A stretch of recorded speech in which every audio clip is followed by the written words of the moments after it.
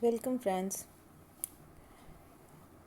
आप अगर option buyer हैं तो आपको पता आज की मार्केट में बहुत शिद्दत से महसूस हुआ होगा डिसिप्लिन की ज़रूरत। अगर आप डिसिप्लिन्ड हैं तो आपने पैसे कमाए होंगे या एटलीस्ट कम लॉस किया होगा। अगर आप डिसिप्लिन नहीं हैं तो आपने लॉस किए होंगे। ऑप्शन बायर्स के लिए मार्केट में सबसे अच्छा है कि कम ट्रेड लें और सही ट्रेड लें, अच्छा ट्रेड लें। गलत ट्रेड तो होंगे ही, हम लोग इंसान हैं, लेकिन स्टॉप लॉस लें और अपना लॉस कम से कम करें। आज का मार्केट शुरुआत में सी बायर्स के लिए अच्छा था, फिर पी बायर्स या फिर आप कह सकते हैं जो सी शॉर्ट करते होंगे उनके लिए भी अच्छा था।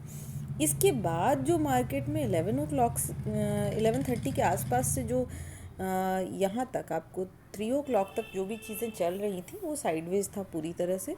यहाँ पे जो सेलर हैं, ऑप्शन सेलर, उन्होंने ही पैसे बनाए होंगे। ऑप्शन सेलिंग और ऑप्शन बाइंग में यही डिफरेंस है। ऑप्शन सेलिंग में 60% लोग पैसे कमा सकते हैं, 60% चांसेस है पैसे कमाने के, जबकि ऑप्शन बाइंग में 40% का भी 35% चांसेस है पैसे कमाने के।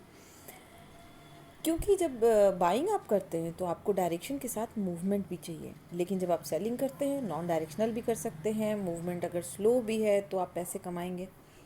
अब देखते हैं आज मैंने क्या किया और कैसा रहा। देखिए, आप देख सकते हैं 9:25 की जो कैंडल बनी वो ग्रीन कैंडल थी और वो 20 MA पे अच्छी ग्रीन कैंडल थी। उसके स्टॉप लॉस के साथ मैंने ट्रेड लिया था 23,850 का CE। ठीक है, ये मैंने 95 के आसपास में मैंने बाय किया, जिसने हाई लगाया 160 का। ठीक है, ये यहाँ के आसपास इसने 160 का हाई लगाया था। मेरा टारगेट जो था, मैंने टारगेट लिया था 23,960 का, क्योंकि फर्स्ट तो मेरी रेजिस्टेंस की लाइन यही थी 23,760। नेक्स्ट जो था वो 970 था। और लास्ट डे मैंने आपको बताया था कि आप चाहे कोई भी इंडिकेटर लगाएं, एक पिवोट लगा लें। अगर आप पिवोट नहीं लगा सकते हैं, आप पिवोट लगाकर उससे लाइन ड्रॉ कर लें और उसके बाद उसे हटाना चाहें हटा दें। पिवोट रहता है तो आपको थोड़ा सा इजी हो जाता है टारगेट लेने में। अब मैं आपको दिखाती हूँ, मैं पिवोट लगा के रखती हूँ। ये देखिए, यहाँ पे देखिए, मेरे तो सपोर्ट रेजिस्टेंस की कोई लाइन मुझे नहीं मिल रही थी, पर यहाँ पिवोट में आप देख सकते हैं 875 का एक रेजिस्टेंस था।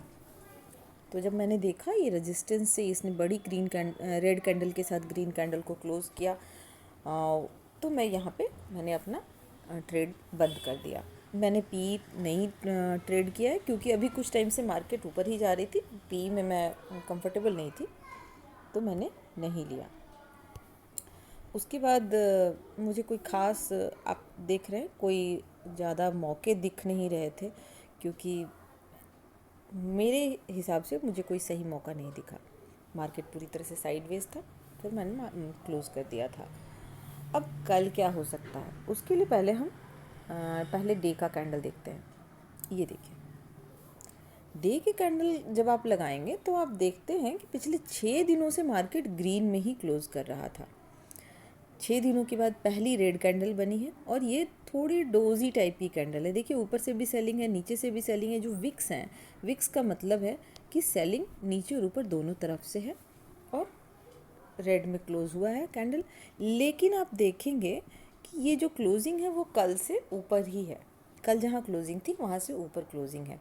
अब क्या हो सकता है मूवमेंट, आप देख सकते हैं पिछला जो हाई था वो यहाँ पे था 803 का। वहाँ पे एक अच्छी रेड कैंडल बनी थी और वहाँ से मार्केट ने डाउन मारा था। ये डेट थी आपकी, आप डेट देखेंगे, डेट है 5 फरवरी। लगभग 1 महीने से ज़्यादा हो गए हैं, 1.5 महीने पे मार्केट यहाँ पर आई है। यहाँ फिर से रेड कैंडल बनी है, लेकिन इस बार ये एक डोजी कैंडल है। अब क्या हो सकता है, ये डोजी आप जानते होंगे, आप अगर बहुत दिनों से ट्रेड कर रहे हैं, टेक्निकल आपने सीखी होंगी कैंडल्स के बारे में। डोजी कैंडल कंटिन्यूटी भी दिखाती है और डोजी कैंडल अनडिसाइसिव भी होती है। तो अब यहाँ क्या हो सकता है, अभी मार्केट अनडिसाइसिव जोन में है, यहाँ से मार्केट ऊपर भी जा सकता है। अगर यहाँ से मार्केट ऊपर जाता है तो आप देख सकते हैं कि अगला टारगेट आपका 24,050 तक हो सकता है, क्योंकि यहाँ पे ये 150 MA आ रहा है। लेकिन अब पहले ये हम लगाएंगे 30 मिनट 15 मिनट का चार्ट लगाते हैं। देखिए अब हम क्या कर सकते हैं, ये आज की कैंडल है, तो लास्ट में जो 15 मिनट की कैंडल थी बहुत बड़ी रेड कैंडल ही। अब आप देख सकते हैं अगर मार्केट कल यहाँ पे ओपन होता है इस जोन में कहीं, यानी 620 और 760 के बीच में, उसे फ्लैट ओपनिंग ही मानेंगे। अगर यहाँ कहीं ओपन होता है और ग्रीन कैंडल बनता है और स्ट्रॉन्ग ग्रीन कैंडल इस सपोर्ट के आसपास आपको बनती हुई दिखती है, तो आप एक सी बाय कर सकते हैं जो 760 फर्स्ट टारगेट होगा, और कोशिश करिए वहाँ पे बुक आउट कर लेने के लिए, क्योंकि हो सकता है मार्केट अब कुछ दिनों तक इसी जोन में बिताए, साइडवेज हो। अगर मार्केट को ऊपर जाना होगा तो हो सकता है मार्केट कुछ दिनों तक एक दो दिन साइडवेज हो और उसके बाद ऊपर जाए। अगर आप यहाँ पे बुक कर लेते हैं, इसके बाद मार्केट आपको लगता है कि ऊपर जा रहा है, तो आप फिर से बाद में एक सी और बाय कर लें, लेकिन रिस्क ना लें, या फिर एक स्ट्रिक्ट स्टॉप लॉस के साथ बाय करें।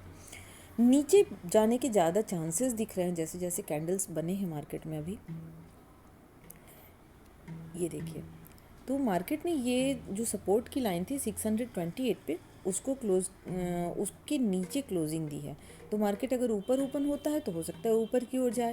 अगर मार्केट इस जोन में कहीं ओपन होता है और 628 से रेजिस्टेंस लेके नीचे की ओर अगर रेड कैंडल बनाता है तो आप बाय कर ले एक पुट, और वो आपका अगला टारगेट, पहला टारगेट आपका होगा 530 और सेकेंड टारगेट होगा 430। Thank you.